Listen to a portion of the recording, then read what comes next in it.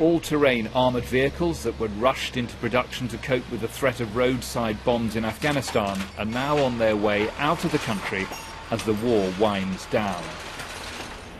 They're flown over the stunning snow-covered peaks of the Hindu Kush mountains that cross northern Afghanistan towards a main collection centre at Bagram before their onward flight out of the country.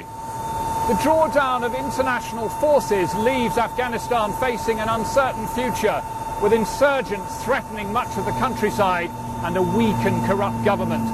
The war is ending not because it's been won, but on a timetable drawn up in London and Washington.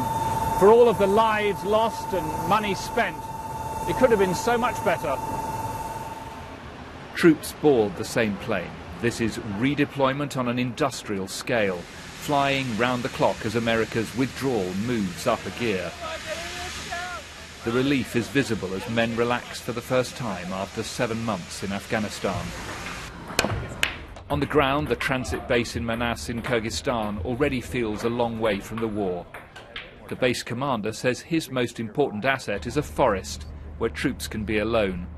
And that is just a running trail that is within our perimeters that folks just like to go out there and for the first time truly start to decompress.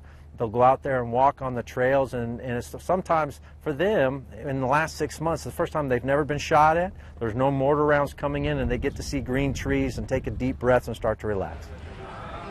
For some, just catching up on sleep before they make the long journey home is enough.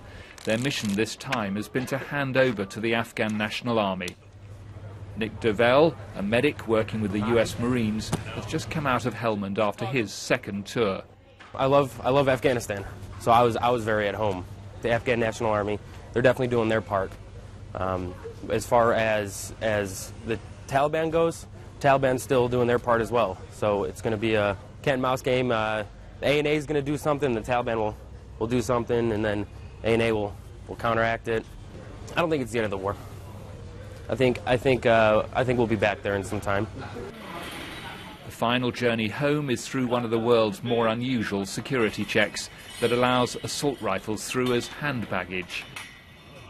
The Kyrgyz government wants this base closed by July, well before the last combat troops leave Afghanistan, so the US will lose its only military footprint in Central Asia. David Loyne, BBC News, at the Manas Air Base in Kyrgyzstan.